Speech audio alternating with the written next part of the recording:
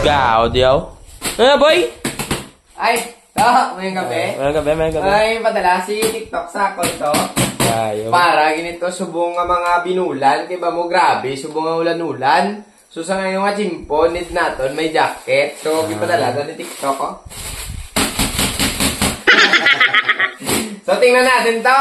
Tanda-tanda ko namin. Ginawa sa kay nakita ko sa review, the best quality. Ginisi akong suksokon mo. Hindi ka dasig mabasa. Ito, iwas tugnaw, iwas basa. Siyempre, hindi mabasa yung mita. Ano to? Ako na yung color na pili. O ganito, kay parat this. Ito medyo, comment to. Ano tawagan na? Medyo gwapo, ang datingan. Siyempre, laway mga puro all black, di ba?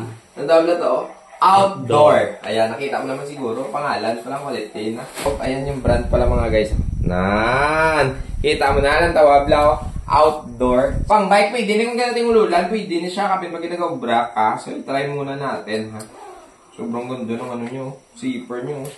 Tapos, meron na dito. To, may bulsa dito. Oh, pwede mo sudlan pwede mo sudlan, kwarta.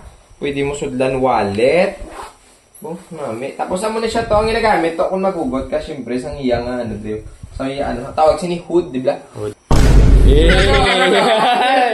Kasi may mga pingape, kasi sa kagaon, tapos may kilidalan, no? Malakad ko karon. So meron ako jacket kung medyo ambon. Amo na siya lang, na. Yun. Quality, no? Quality. Tapos sakto, yung dalay sakon nga, yung padalay sakon nga sukat da, no?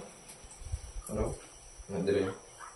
Adjust dito mo para magugot dito magmotor kaya hindi mapalit lang. So namin sini guys kaya para hindi mabasahin yung mga wallet may bulsa natin sa sulod. So lang tawa ang brand bago kayo bumili syempre tingnan nyo muna yung brand. Yan.